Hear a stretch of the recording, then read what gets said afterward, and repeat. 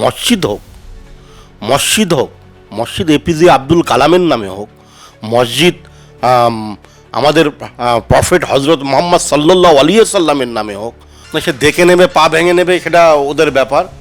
হ্যাঁ, কার ভাত ভাঙবে পা ভাঙবে। এখন তৃণমূলের তো অনেক বাহুবলী নেতা আছে, তৃণমূল দলটাই তো গুন্ডাদের দল। মুসলমানদের ধোঁকা দিয়েছে, মুসলমানদের সাথে তঞ্চকতা করেছে, মুসলমানদের সাথে প্রতারণা করেছে। মমতা ব্যানার্জি প্রতারক মুখ্যমন্ত্রী। আমরা দেখলাম যে হুমায়ুন কবির এতদিন পরে বাবরি মসজিদ তৈরি করলেন এবং তাকে নিয়ে কিন্তু বিভিন্ন সময় বিভিন্ন বিতর্ক তৈরি হয়েছে, কি বলবেন? আমি একটা কথা বলি, মসজিদ একটা কেন হাজারটা তৈরি করুক, কোনো সমস্যা নেই। মসজিদ হবে, মন্দির হবে, আমরা যারা ধর্মীয় বিশ্বাস করি তাদের জন্য হোক না। কিন্তু হঠাৎ বাবরের নাম নিয়ে কেন হবে? বাবর তো একটা বিতর্কিত নাম। আপনি চলে যান না ইন্দোনেশিয়াতে, বিশ্বের সর্ববৃহৎ মুসলিম রাষ্ট্র, সেখানে বাবরের কোনো নাম আছে?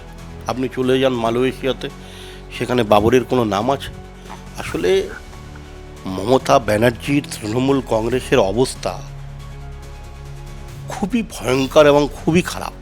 এই কবির তো নিজে আলাদা করে দল খুলে না, এই মুহূর্তে খুবই খারাপ। মমতা ব্যানার্জি যখনই সমস্যায় পড়েন, যখনই বিপদে পড়েন, এক একটা করে ফ্রেববাজ নেতা পশ্চিমবাংলায় মুসলিমদের মাসিয়া হওয়ার চেষ্টা করেন, তাদের সামনে রেখে ভোটে নির্বাচনী বৈতরণী পার হয়ে। বাংলার মুসলমান সমাজ খুব সচেতন। বাজেটে আমাদের জন্য বরাদ্দ হয়, গোটা ভারতবর্ষের মানুষের কাছে দৃষ্টান্ত স্থাপন করে মমতা বন্দ্যোপাধ্যায় যে বাজেটে মাইনরিটি মুসলমানদের জন্য এই বরাদ্দ হয়েছে, কিন্তু বাস্তবে সেই বাজেট মুসলমানদের খাতায় কলমেই থাকে, বাস্তবে পরিলক্ষিত হয় না। অতএব মমতা ব্যানার্জি গিমিকের রাজনীতি করে, মমতা ব্যানার্জি আমাদের সাথে প্রতারণার রাজনীতি করে। মুসলমান সমাজকে মমতা ব্যানার্জি আগেও বলেছি, এখনও বলছি, তেজপাতা মনে করে। আমরা তেজপাতা। মমতা ব্যানার্জি নির্বাচনের সময় তেজপাতার সুগন্ধি নেয়, সুগন্ধি নেওয়ার পরে মমতা ব্যানার্জি সেই তেজপাতাটা ডাস্টবিনে ফেলে দেয়। এক্ষেত্রে আরো একটু প্রশ্ন করবো যে আমরা দেখলাম মুখ্যমন্ত্রীর দলের একজন নেতা তিনি বলছেন যে হুমায়ুন কবির যদি ক্যানিংয়ে দাঁড়ায় ভোটে তাহলে ওকে দেখে নেবো, ওর পা ভেঙে দেবো। সে দেখে নেবে পা ভেঙে নেবে, সেটা ওদের ব্যাপার। হ্যাঁ, কার ভাত ভাঙবে পা ভাঙবে। এখন তৃণমূলের তো অনেক বাহুবলী নেতা আছে, তৃণমূল দলটাই তো গুন্ডাদের দল। তৃণমূল কংগ্রেস মানেই তো কাটমানির দল। তৃণমূল কংগ্রেস মানে বলবো হুমায়ুন কবির তো অন্য দল খুলে, হুমায়ুনের পা ভাঙবে কি মাথা ফাটাবে সেটা তৃণমূল কংগ্রেস ঠিক করবে। কিন্তু আমরা যারা নীতি আদর্শে বিশ্বাস করি, আইডিওলজি নিয়ে যারা আমরা পলিটিক্স করি, আমরা বলবো যে বাবরের নামে কোনো কিছু হতে পারে না এই ভারতবর্ষের মাটিতে। বাবর ছিল লুটেরা। বাবর আমাদের দেশে, আমাদের রাষ্ট্রে এসে ভারতবর্ষের ধনসম্পদ লুট করতে এসেছিল। বাবর যদি এতই মুসলমানদের মাসিয়া হতেন, তাহলে বাবরের শেষ মৃত্যুর স্মৃতিটুকু ভারতবর্ষের মাটিতে থাকতো। আজকের বাবরের কবরখানা এখানে নেই, বাবরের কবরস্থান কবর আছে। আপনারা মসজিদকে কি সাপোর্ট করছেন? না না না, প্রশ্নই ওঠে না।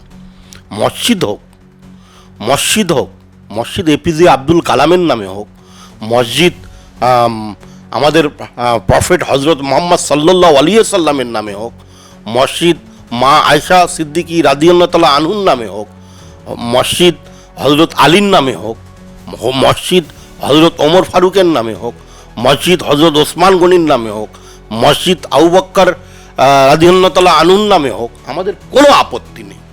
মসজিদ হোক, কোনো আপত্তি নেই। কিন্তু বাবরের নাম দিয়ে ভারতবর্ষের মাটিতে, বিশেষ করে পশ্চিমবাংলার মাটিতে কিছু হবে না।